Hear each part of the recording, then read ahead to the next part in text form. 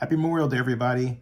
I hope you're well. I was reading the tweets of a man I don't know named John Mehaffey who hails from Atlanta, according to his Twitter profile, but moved to Las Vegas and is apparently just familiarizing himself with how public finance works in Las Vegas. So I thought I'd help him along. He made a tweet that says, well, first of all, the bonds are general obligation, but not exactly, all right? The bonds are general obligation, but they're backed by a series of pledged revenues. There's a big difference. A standard general obligation bond is one where you dip into a pool of money that's already there and say, okay, I've got 120 million and I'm going to give it to the athletics as in proceeds, and buy the proceeds of the bond, and then I'm going to use the 120 million in my account to pay off the bond. That's a straight general obligation bond. You're not concerned about revenue because you've got the money there. You don't need to be. You're not concerned about revenue because you know that you have a flow of taxes coming in from the various taxes that are levied commonly, and so you're A-okay. You're not concerned about revenue because you have a surplus that allows you to make such decisions regarding the letting of a general obligation bond. But this is different. This has a number of sources of revenue that are unique to the sports and entertainment district. And I say unique too, I don't mean that they're not done elsewhere, but I mean they come from that.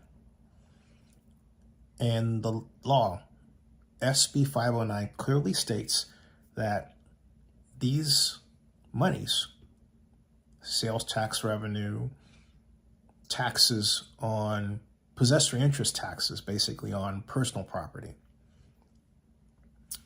are all, also business taxes, also fees, licenses, all of that goes to the bond, all of it. It's stated right there in black and white, right there in black and white. And they do so under the direction of the objective of achieving what's called a 2-to-1 revenue to debt ratio. For every $2 of revenue, you have $1 of debt. And then for each year that they get more than the 2-to-1 debt coverage ratio, they park that monies into a special fund. That's all in black and white. And then Mr. Mehaffey says that, well, it should go to a local vote. Oh, this should happen to go to a local vote.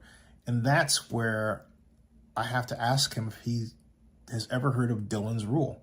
And apparently a lot of people, when they start talking about Las Vegas and Nevada and what Nevada does, have no idea what Dillon's rule is. Let me make it easy for you. Dillon's rule basically means the governor is king and the legislature is king. The legislature are the servants in a sense.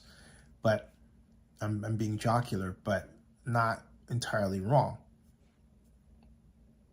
The state of Nevada takes care of all the niceties regarding such things as bond issues for stadiums and ballparks.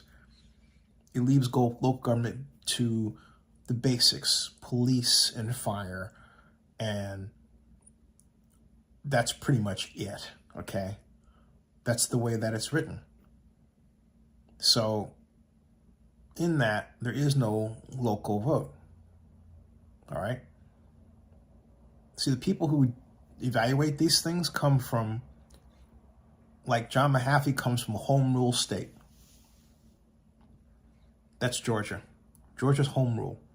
So Atlanta gets to make its own laws and to, say to the state, hey, you know what? We got our own thing. Leave us alone. Yeah, we know we're the capital of the state, but this is home rule. We got our own thing, so leave us alone. Okay? California has that in abundance. California is a home rule state, but you're dealing with a Dillon's rule state. And a Dillon's rule state says that Carson City is the font of all that impacts and guides what happens in Clark County. That's what that says. So you can't just say, oh, well, gee, the voters should be weighing in this and there's something wrong and I know, blah, blah, blah, blah.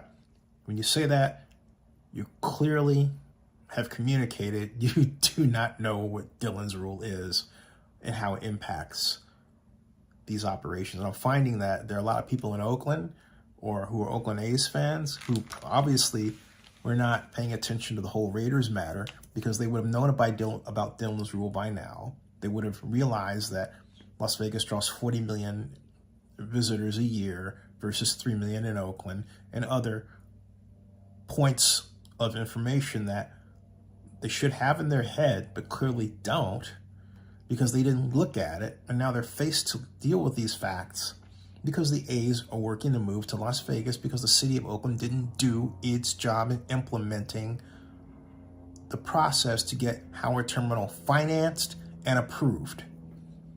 Howard Terminal is not financed. Howard Terminal is not approved, okay? Now, you could also say that the A's never gave completed construction drawings, and you would be correct, because they didn't. And the city didn't put out a timeline, ask for them, and set up a process where somebody who is the chairman of the Public Financing Authority can say, you know what, we're really concerned, Oakland Athletics, we haven't gotten drawings from you, so we don't get them in 2 months. This is what we're going to do. We're going to file a lawsuit. We're going to seek damages, okay? They haven't done that. They haven't created an organization to do that. The city council is in a million different directions at once. And this is what happens when you get a government where politicians run too much. And that's where Oakland is at. Politicians want to have their hand in everything. And interestingly, we have something that's supposed to prohibit that in the charter, okay? But it's not written the correct way, because it just simply says you can't call the staff and that sort of thing. But they have gargantuan influence over the staff as the mayor and the council and over city policy. If you are an appointed manager in Oakland now, it is not a great place to be, because you're consistently on pins and needles. You don't have the freedom to make bold decisions or to try new techniques in public financing, which is what we used to do, all right? You don't have that freedom anymore because you're consistently worried about whether or not you're going to get canned, about whether or not the political rug is going to be pulled out from under you. That's the situation in Oakland. You can't get anything done effectively in that situation, not from the perspective of trying to finish a large-scale public-private partnership. You can't do it, okay? Oakland has lost the will and the initiative to complete big projects. But I digress. This is about John Mehaffey and about Las Vegas and Nevada and Dillon's rule. John, learn Dillon's rule. It's a real eye-opener, man. Whew. Subscribe to Zony62 and bookmark oaklandnewsnowblog.com.